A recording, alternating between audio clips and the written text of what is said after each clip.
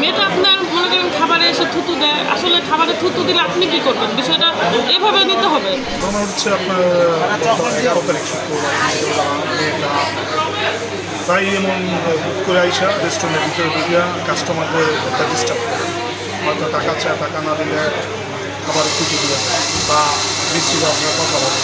তো আমাদের রেস্টুরেন্টের ভিতরে কেউ ঢুকলে মানে এমন কাস্টমারদের একটা প্রাইভেসি আছে এবং একটা সিনক্রিয়েট তৈরি করলে কাস্টমারদের দায়িত্ব হচ্ছে আমাদের কাস্টমারদের একটা ভালো একটা অবস্থানে রাখা, যাতে ডিস্টার্ব না করে।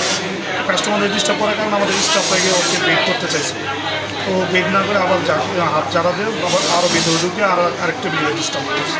তখন স্টাফ 2-3জন মিলে মেয়েটাকে বেড করে দিচ্ছে। বেড করে দেওয়ার পরে আবার রিটার্ন এসে ক্লাসে লাফিয়ে দিচ্ছে। এগুলো ভিডিও বুঝেছে আমাদের কাছে। তো যে ভাইরাল হয়েছে, বাইরে যখন মেয়েটা বাইরে ছিল তখন আমাদের স্টাফ একটা ধাক্কা দেওয়ার পরে মেয়েটাকে একটা বাড়ি দিচ্ছে। তখন একটা পাশে বিল্ডিং থেকে ভিডিও করে বাইরে দিচ্ছে। ভাইরাল হওয়ার কারণে আমাকে তারপর নিয়ম যেহেতু সেটা আমরা এটা চেষ্টা করছি, এই জন্য এই সমস্যাটা হয়েছে। আদারওয়াইজ বাইরে থেকে যে ঘটনাটা মানুষ দেখতেছে, কিন্তু ভিতরের ঘটনাটা কেউ দেখতেছে না। ভিতরে যে মূল ঘটনাটা কিন্তু মেয়ে সম্পূর্ণ করে। আসলে ভাই এই মেয়ে তো রেগুলারই ডিস্টার্ব করে, কি বলবো বলেন। আসলে আপনি তো দেখছেন, আপনি ভিডিও ফুটেজটা দেখলেই বুঝতে পারবেন এই মেয়েটাকে বারবার সুন্দর করে বের করে দেওয়া হচ্ছিল, ও বারবারই ডিস্টার্ব করতেছে। বারবার ডিস্টার্ব করলে আসলে এত পরিমাণে কাস্টমার থাকে, কাস্টমার হ্যান্ডেল করে একটা মানুষের বারবার ডিস্টার্বটা তো মেনে নেওয়া যায় না। আর সব কাস্টমার কিন্তু সমান না। এটা কত শিশু বলতে মেয়েটা বয়স 14-15 হবে। কত শিশু বললো রাইট, আবার এডিক্টেড বললো রাইট। মেয়েটার মাথার সেন্স ওই ধরনের, যদি আপনি সরাসরি দেখতে পারতেন তাহলে বুঝতে পারতেন আমি আমার কথাটা সত্য। মেয়েটা আপনার মনে করেন খাবারে এসে থুতু দেয়, আসলে খাবারে থুতু দিলে আপনি কি করবেন? বিষয়টা এভাবে নিতে হবে। ঠিক আছে, একটা ঘটনা ঘটে যায়, কিন্তু ঘটার আগে কিন্তু তার ভিতরে অনেক কিছু থাকে। আমার কথা, এটা ভালো করে আপনারা আগে সুস্থভাবে বিবেচনা করে তারপরে যে কোনো কিছু করা উচিত। এই মেয়েটার সম্বন্ধে আমাদের রেস্টুরেন্ট আমরা খিলগাঁওয়ে আরও বিভিন্ন রেস্টুরেন্টে জিজ্ঞাসা করি, মেয়েটা প্রায় আসে, প্রায় মানুষকে ডিস্টার্ব এবং টাকা চাইলে যদি রাস্তাঘাট দিয়ে ফ্যামিলি সহ হাইটে গেলে, পরিবেশ হাইটে গেলে টাকা চাইলে টাকা না দিলে ময়লার দিয়ে ঢিল মারে বা বৃষ্টি অবস্থা করে।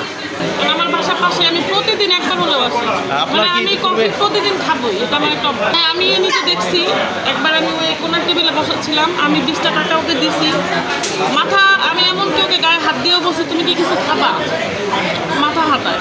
আমি বলছি তুমি এখানে ডিস্টার্ব করো না, এখানে মানুষরা কিন্তু পছন্দ করতেছে না। এবং কিছু কিছু কাস্টমার ডাইরেক্ট কমপ্লেন করে যে এগুলো কি, মানে খাবারেও ডাইরেক্ট থুতু দিবে, সবার কাছে টাকা চাচ্ছে, তারপরে আপনার স্টাফদের পিঠে হাত দিয়ে কিল দিচ্ছে, ঘুষি দিচ্ছে। আসলে স্টাফরা যে সহ্য করে, আমি তো মনে করি অনেক কিছু ভাইয়া। ওরাও তো সারাদিন ক্লান্ত থাকে, ওরা সেই মনে করেন সকাল 10টা থেকে প্রায় রাত 2টা পর্যন্ত ওরা কিন্তু অনেক ক্লান্ত থাকে। ওরাও কিন্তু মানুষ, ওদেরকেও বারবার ডিস্টার্ব করতেছে। ওরা হচ্ছে মেয়েটা কিন্তু আমি যতটুকু জানি প্রত্যেকদিন দুই একবার আসবে, শুধু এখানে না, আমার মনে হয় আরও বাইরে রেস্টুরেন্টগুলোকেও ডিস্টার্ব করে। এখন আসলে ওর মাথায় সমস্যা নাকি আসলে দেশের পরিস্থিতি তো ভালো না, এখন নাকি কেউ আসলে কোনো চক্র আসলে এখানে পাঠায়, আমি আসলে কনফিউজ। ঠিক আছে, তাদের বিষয়টা হচ্ছে আমরা তো আইনের প্রতি শ্রদ্ধাশীল। তো ওরা যখন এটা ভাইরাল হওয়ার পরে প্রশাসন আসছে, প্রশাসন আসার পাশাপাশি ছাত্র সমন্বয়কের মাধ্যমে কিছু লোক আসছে, ওরা মানে অভিভাবকের সামনে একটা শৃঙ্খলা সৃষ্টি করার চেষ্টা করছে। প্রশাসন এসে আমাদের যে আঘাত করছে যে স্টাফটা ওকে নিয়ে গেছে, সাথে আমাদের ম্যানেজারকে নিয়ে গেছে এবং মালিক পক্ষ ওইখানে গিয়া কথা বলছে। পরে আইনের মাধ্যমে ওনারা চালান করে দিয়েছে এবং কোর্টের মাধ্যমে যদি আমরা